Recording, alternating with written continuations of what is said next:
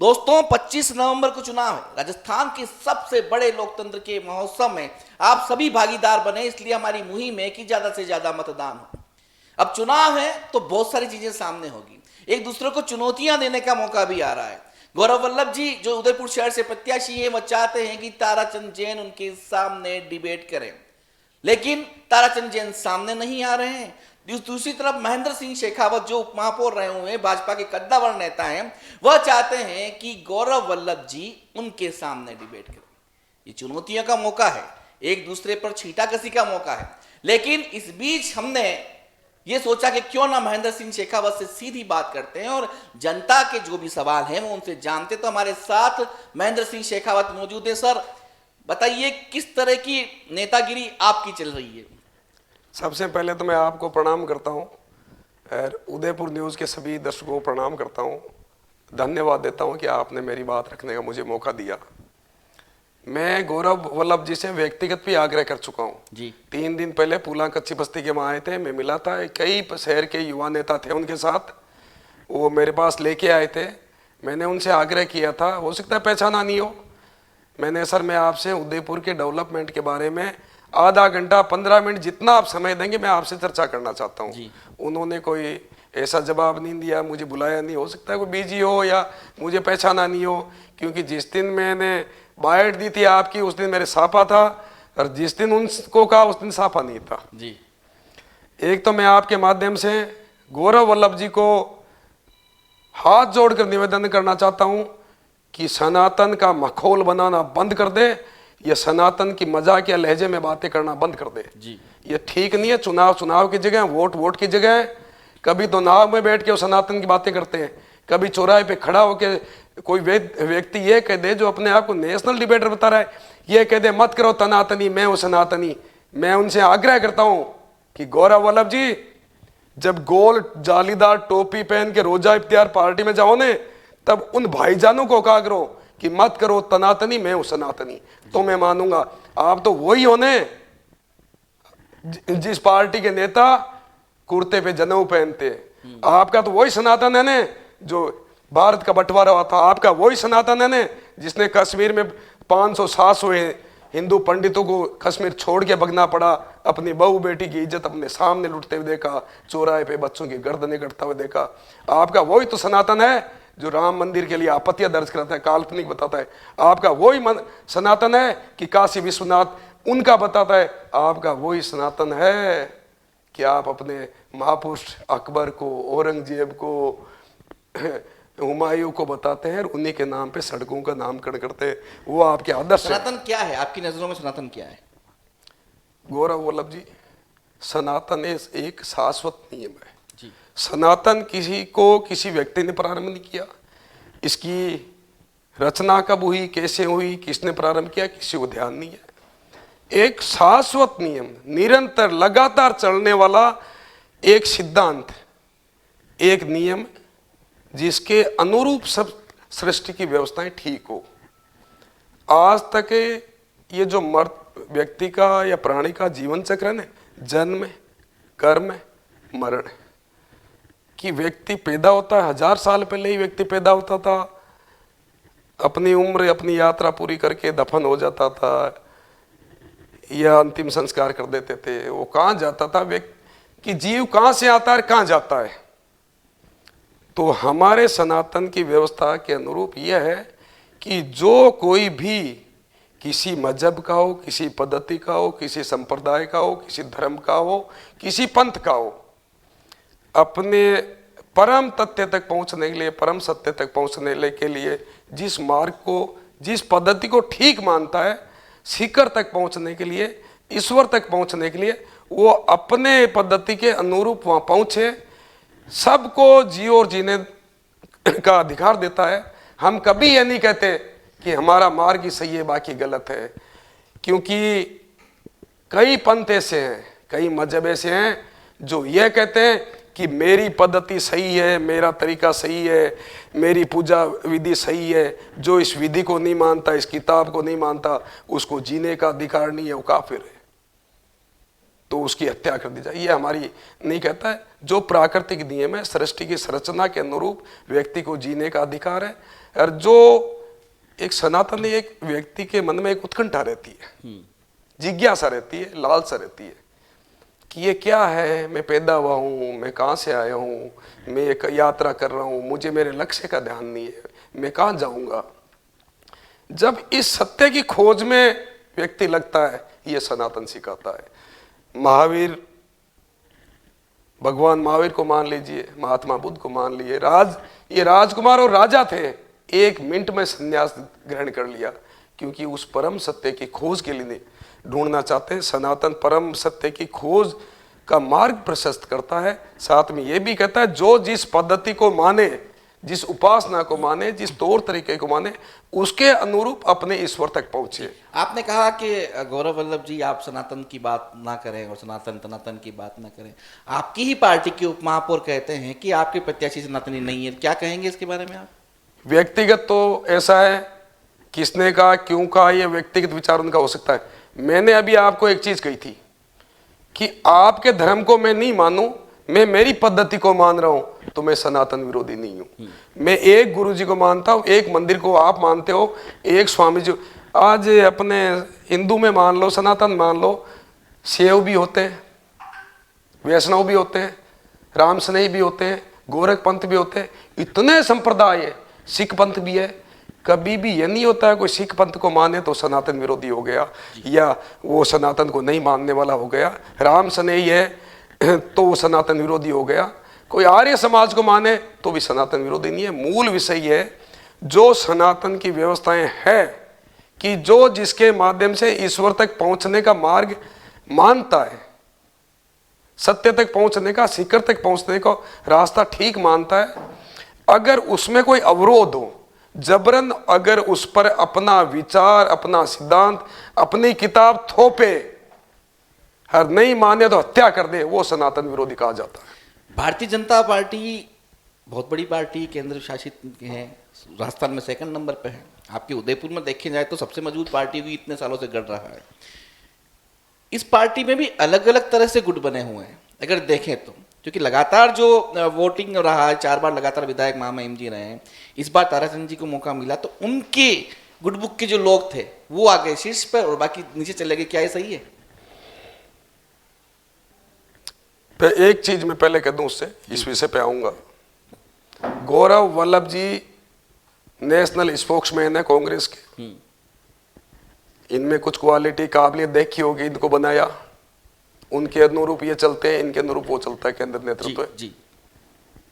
वो जमशेदपुर से पिछला चुनाव लड़े थे, इस बार उदयपुर से लड़ रहे हैं।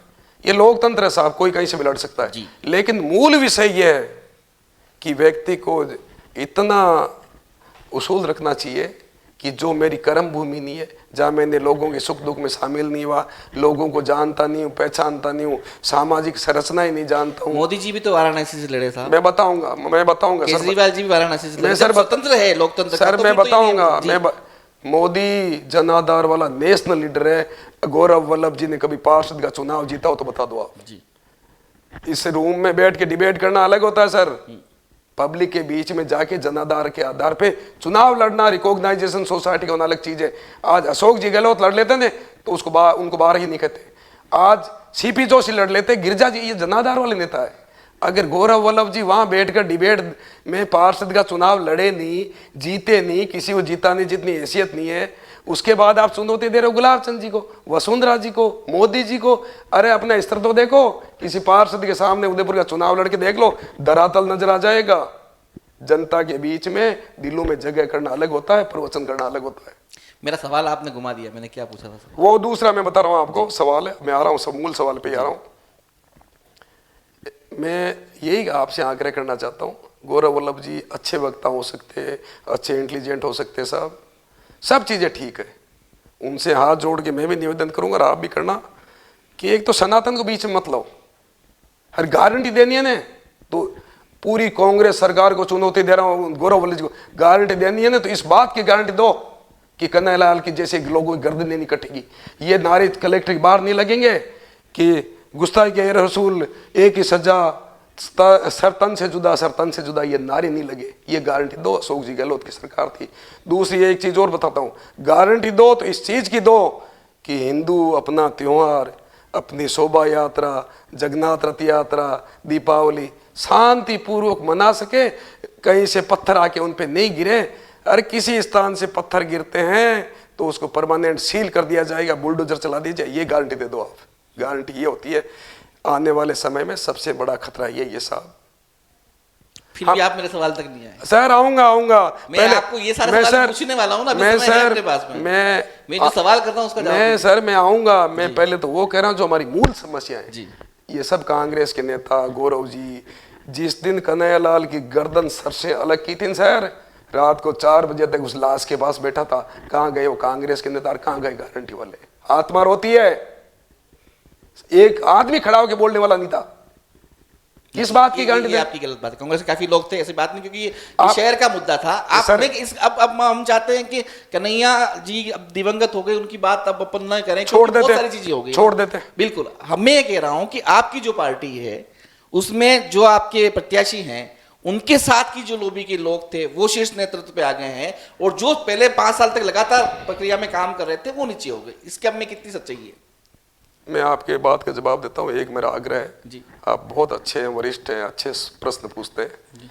ये जो मैंने प्रश्न किया ना कि गारंटी इस बात की दो, विधानसभा चुनाव चल रहे हैं, गारंटी इस बात की दो हमारी रथ यात्रा पे, हमारे जुलूस पे, हमारे त्योहार पे पत्थर नहीं चलेंगे, इस बात की गारंटी आप ले लेना उनसे, ठीक है ना? ये आपके मैसेज, चाहे करौली हो, चाहे जोधपुर हो, चाहे उदयपुर हो, गारंटी लेना। जी जी। ऐसा है। आपने जो प्रश्न किया था, भाजपा एक बहुत बड़ा परिवार है। हर पार्टी में एक बहुत बड़ा लंबा चौड़ा परिवार होता है। व्यवस्थाएं बदलती रहती है, ये प्रकृति का नियम है। परिवर्तन प्रकृति का नियम है। एक समय उप महापौर में हुआ करता था, आज पारस जी है। मेरे से पहले, मेरे बाद लोकेश जी रहे थे, जिलाध्यक्ष दिनेश जी भट्ट थे, एसआई प्रदेश में सतीश जी पूनिया थे, दिल्ली में अमित जी साथ थे।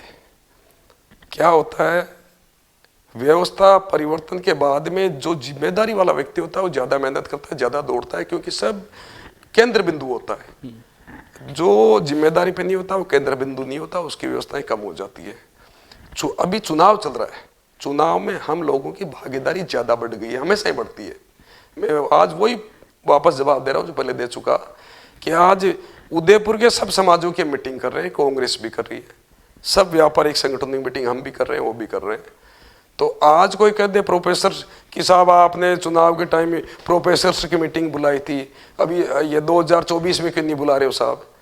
जब भागीदारी ज़्यादा बढ़ती है तो घरों से कार्यकर्ता निकलते, काम छोड़कर भाग आते हैं, इसलिए हमारी भागीदारी बढ़ रही है। व्यवस्था वो की हुआ है। रविंद्र जी जिलाध्यक्ष है, गजपाल जी महामंत्री है, किरण जी कार्यक्रम बना रही है, वो भी महामंत्री है, उप महापौर जी वो के वही है, महापौर जी भी वही के वही है। अब आप सीधा पूछ लें कि कौन एक्टिव है या नहीं, तो वो बता दूंगा जी। वही कह रहा हूँ ना, जैसे युवा मोर्चा आपका है, तो युवा मोर्चा का अध्यक्ष जो है उसको निलंबित करने के बाद में वो फूल सिंह जी मीणा के 20 वार्डों में वो काम कर रहे हैं, वो शहर में आ नहीं रहे। इधर आपकी जो सेकंड लाइन की जो युवा मोर्चा की टीम है वो कहाँ नजर नहीं आ रही, क्योंकि बाजार में दिख रहा है जो चर्चाएं आम है, वही सवाल मैं कर रहा हूँ ना, मैं ऊपर से सवाल नहीं आए, लेकिन जो दिख रहा है उसके बारे में क्या कहेंगे आप? क्या पार्टी के अंदर की गुटबाजी खत्म होगी चुनाव से पहले?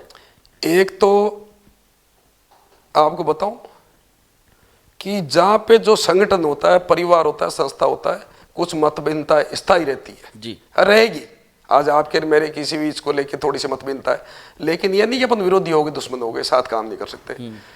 रहा सवाल युवा मोर्चा का, हाँ जिलाध्यक्ष अभी हमारा स्थायी नहीं है। ग्रामीण सीट है फूल सिंह जी वाली, वहां भी एक व्यवस्था बना रखी है कि एक टीम उधर काम कर ले, एक गजेंद्र जी भंडारी की टीम शहर में काम कर रही है, दोनों टीमें काम कर रही है। अगर जिलाध्यक्ष एक होता तो भी हमें 2 हिस्से करने पड़ते, क्योंकि ग्रामीण सीट की व्यवस्थाएं अलग है, शहर की अलग है। चुनाव के बाद पार्टी वाले ठीक निर्णय करके जिलाध्यक्ष की नियुक्ति कर देंगे। 28 सीटें हैं, आप प्रदेश की राजनीति को बड़ी अच्छी तरह से जानते हैं। 28 सीटों में आया कि राजपूतों को टिकट नहीं दिया पार्टी ने, ब्राह्मण को टिकट नहीं दिया, फिर भी राजपूत को मौका मिला, और ब्राह्मण को भी मावली में ऐसे ब्राह्मण को मौका मिला जिनकी हालत अभी मेरे ख्याल से अगर आप समीकरण में बिठाएं तो ऐसा नहीं है कि वहाँ से सीट जीत रही हैं। तो ये जो ब्राह्मण विरोध कहीं नुकसान नहीं पहुंचाएगा पार्टी को? मनोज जी, मुझे स्वीकार करने में कोई आपत्ति नहीं है जी। देश आजाद हुआ था उस समय राजस्थान में क्या पूरे हिंदुस्तान में इतना जातिवाद उभरा हुआ नहीं था जी। ठीक, ये पॉलिटिकल पार्टीज ने जातियों के आधार पर जब कार्य प्रारंभ किया ना, उसके कारण जातिवाद उभर गया। आजकल हर समाज की एक सेना है, सेना की कहाँ आवश्यकता पड़ती है? जब पॉलिटिकल पार्टियां लोगों की भावनाएं बहुत ऊंची बढ़ा देती है, उसके अनुरूप नहीं होती है, तो दबाव बनाने के लिए समाज और सेनाएं मीटिंगें करती है। बाकी पार्टियां वही करती है जो उनका कार्य करता है उसको टिकट देती है। पहले जीता हुआ कैंडिडेट देखा जाता था कि काम किसका अच्छा है, जनता में किसको अच्छा प्रेम मिल रहा है, आशीर्वाद। अब जाति का कैंडिडेट देखा अब ये बिल्कुल सत्य स्वीकार कर रहा हूं मैं। अब जीता हुआ कैंडिडेट एक प्रायोरिटी रहती है सर, लेकिन जिसको आजकल कहते हैं एक तो क्या उदयपुर में जाति के कैंडिडेट को दिया जीता हुआ? नहीं, एक सुनो आप, एक वो जिस जातिवाद, अपन सीधी भाषा में जातिवाद कहते हैं, उसको आजकल मॉडिफाइड वर्ड दे दिया सोशल इंजीनियरिंग। ये सोशल इंजीनियरिंग नहीं, जाति का जहर घोलने का धंधा है।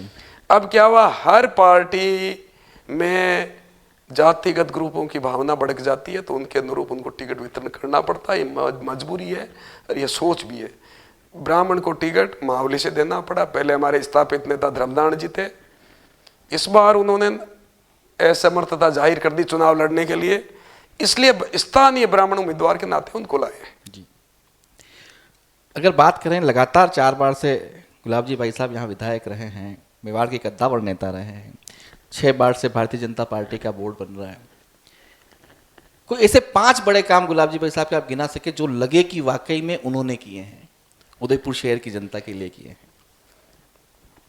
एक तो मैं आपके माध्यम से उदयपुर की जनता और स्पेशली कांग्रेस के नेताओं से, पार्षदों से एक आग्रह करना चाहता हूं, किसी भी विषय को बोलने से पहले गंभीरता से उस विषय को गहराई से समझना चाहिए। उदयपुर नगर निगम एकमात्र राजस्थान में ऐसा नगर निगम है शहर जिसने राजस्थान सरकार में जितने विभाग होते हैं, शिक्षा विभाग, चिकित्सा विभाग, फला विभाग, वन विभाग, यातायात विभाग, सभी विभागों के सर्वांगीण विकास की जितनी चिंता राजस्थान सरकार या एक स्टेट गवर्नमेंट करती है, उतनी चिंता उदयपुर नगर निगम ने की है जी। अब उदाहरण बताता हूँ आप, नगर निगम का सामान्यतः काम साफ सफाई, नाली निर्माण, सड़क निर्माण, लाइट, ये छोटे मोटे नक्शे पास कर देना, सामान्यतः काम ये होता है। उदयपुर शहर में जो नगर निगम की सीमा में आता था, स्कूल का एक भी भवन कमरा जर्जर नहीं है। शिक्षा विभाग में हर स्कूल में नगर निगम ने अपने पैसे से भवन बनाए सर, ये शिक्षा विभाग का काम था। मजबूरी ये थी, उनके पास बजट नहीं था, अपने बच्चे पढ़ते थे, वो किसी मुसीबत में नहीं उलझ जाए। ऐसा ही जनरल हॉस्पिटल स्टेट गवर्नमेंट के हेल्थ डिपार्टमेंट में आता था। अस्पताल में जहां जहां जब जब जरूरत पड़ी, नगर निगम ने स्वयं के पैसे से, स्वयं के बजट से काम किया है। ऐसा ही आपको बता दूं, चाहे यातायात देख लीजिए, ऐसा ही मैं आपको बता दूं, चाहे आप वन विभाग, ये जो बायोलॉजिकल पार्क डेवलप हुआ सज्जनगढ़ में, ये किन की देन है? किन की देन है? आप बड़े काम पूछ रहे हो, किन की देन है सर? हाँ बिल्कुल सही, मैं कर रहा हूँ ना, मैं 5 काम मैं नहीं पूछ रहा हूँ, जनता पूछ रही है। हाँ, बायोलॉजिकल पार्क सर बहुत बड़ी उपलब्धि है सर, बहुत बड़ी उपलब्धि है, क्योंकि जिंदगी भर गुलाबा को सुरक्षित रखे, अच्छा रखे घूमने फिरने के लिए, लेकिन बच्चों के लिए, टूरिस्ट के लिए एक पॉइंट होना चाहिए। ऐसा ही सर आप बड़ी की पाल देख लीजिए कभी, आज से 20 साल पहले वो डरावना सीन आता था बड़ी की पाल पे, वही जाते थे जिसको आत्महत्या करनी हो या लूटपाट पार्टियां करनी हो। ऐसा ही पुरोहितों का तालाब देख लीजिए आप। इसके अलावा ये आपका गोवर्धन सागर देख लीजिए सर, विस्तार हुआ। अब क्या होता है, लोग उसको ये देखते हैं कि अरे सूरज बोल में काम नहीं हुआ, चेटक पे नहीं हुआ, हाथी विस्तार के साथ। एक चीज मैं आपको और आग्रह करूं, इंटरनेशनल एयरपोर्ट बना, उसमें भी नगर निगम का अपना अंशदान है साहब। सेंट्रल गवर्नमेंट, स्टेट गवर्नमेंट तो किया ही है, नगर निगम ने भी अपनी पूरी जिम्मेदारी निभाई है। चाहे शहर की प्रतिभाओं का सम्मान हो, किसी को छात्रवृत्ति देने का मामला हो, शहर की प्रतिभा को मेले के माध्यम से एक अवसर उपलब्ध कराना हो, सर्वांगीण विकास की चिंता की हमने, कभी भी इस आधार पे नहीं की। आप बड़े स्पष्टवादी नेता हैं, कमियां क्या रही अब तक? किसमें? भाजपा का छठा बोर्ड है, उस पर क्या कमियां रही जो हो नहीं पाई अभी तक? क्योंकि आप भी उपमहापौर रहे, कई ऐसे मुद्दे उस समय उठे जब आपने पार्टी के होते हुए भी खुल के विरोध किया। सर जैसे मैं बताऊं, एक उदयपुर में हमारे सबसे बड़ी समस्या क्या है? पार्किंग की। जाम लगता है जी। उसमें केवल सरकार में कोई स्टेट गवर्नमेंट या नगर निगम यूआईटी को भी जिम्मेदार मानता हूँ, लेकिन सबसे बड़ी क्या है सर, उदयपुर में गुजरात कल्चर का इंप्रेशन है, प्रभाव है। या जो व्हीकल एवरेज है ना, 4 व्हीलर एशिया में नंबर 1 पे। अपनी पॉपुलेशन 6 लाख है, हर घर के में 3, 4, 5 गाड़ी है। शहर पुराना था, ये जाम हमेशा पुराने शहर में लगता है। पुराने मतलब सूरजपोल, दिल्ली गेट, अंदरूनी शहर जिसको आप कह सकते हैं। इसके लिए वैकल्पिक व्यवस्था के लिए कोशिश की थी, जैसे 2-4 पार्किंग बना दी, टाउन हॉल में बना दी, बहुत बड़ी जमीन थी, पार्किंग बना दी, सूरजपोल पे बना दी, एक बागोर की हवेली में बना दी, नाड़ा खड़ा में बना दी। ये अपर्याप्त है। और एक हमारी आदतें भी थोड़ी सी ठीक नहीं है आमजन की, मैं भी उसमें शामिल हूँ। हम टाउन हॉल में पार्किंग में गाड़ी खड़ी नहीं करते, हम सूरजपोल वाली में खड़ी नहीं करते, क्योंकि अपने स्वभाव में होनी है कि 100 रुपए दे के पार्किंग में जाऊं। मैं जब डिप्टी मेयर था, नगर निगम का बता रहा हूं सर, जाम नहीं लगे, गलत पार्किंग कोई खड़ी हो, पुलिस डिपार्टमेंट, ट्रैफिक विभाग वाले उस गाड़ी को उठा के ले जाते हैं। मैंने उनको कहा गाड़ियां ज्यादा उठाओ तो लोग थोड़ा ढंग से पार्किंग शुरू कर देंगे। तो उन्होंने कहा साहब हमारे पास एक क्रेन है, कॉन्टेक्ट किए। मैंने नगर निगम के पैसे से पुलिस डिपार्टमेंट को क्रेन खरीदने के पैसे ट्रांसफर करवाए कि भाई मेंटेन एंड ऑपरेट आप करना, फंड आपके पास नहीं, हम दे देते हैं। ऐसा राजस्थान की किसी भी नगर निगम, नगर परिषद ने किया हो तो बता देना कि सब विभागों की चिंता नगर परिषद ने की। अरे बायोलॉजिकल पार्क, गोवर्धन सागर हो, कमी की बात बता रहा हूँ मैं, तो आप विकास तो खूब करा दिया आपने, लग रहा है। कमियां क्या रही और क्या मान सकते हैं? क्योंकि कमी के ताराचंद जी का चुनावी एजेंडा क्या है शहर? सर कमी मैं सबसे बड़ी ये मानता हूँ जी सर, एलिवेटेड रोड जो हमें बनानी चाहिए थी ना, किसी कारण से, सर कारण कुछ भी गिना सकते, मैं कारण गिनाने में नहीं जाऊंगा, वो उसमें हम बहुत पिछड़ गए। एलिवेटेड रोड टाइम पे बन जाती तो सर हम नेक्स्ट जो हमारा प्रोजेक्ट था उसको हाथ में ले सकते थे। आज फतेहपुरा पे जाम लगता है, आज पूरी शहर की नजर एलिवेटेड रोड पे। अगर एक बड़ा काम हो जाता ना तो दूसरे काम को हाथ में ले सकते थे। ऐसा ही जैसे जहाँ जहाँ जाम लगते हैं सर, मैं ये चाहता हूँ, बहुत ईमानदारी से स्वीकार करता हूँ मैं, जब तक मोहनलाल जी सुकाड़िया थे सर, राजस्थान में उदयपुर की तुलना जयपुर से होती थी। जी ठीक, बहुत दिग्गज नेता थे, 17 साल मुख्यमंत्री रहे। अशोक जी गहलोत के आने के बाद में पूरा फोकस हो गए जयपुर पे, जोधपुर पे, तो तुलना हो गई जोधपुर और जयपुर। शांति जी धारीवाल 2 नंबर के नेता बने, उनके पास डिपार्टमेंट यूडीएस था जिसमें पैसे की कमी नहीं होती है, जब चाहे तब। उन्होंने जो ये ट्रैफिक प्रॉब्लम केवल उदयपुर की नहीं, पूरे राजस्थान की, पूरे देश की है जी।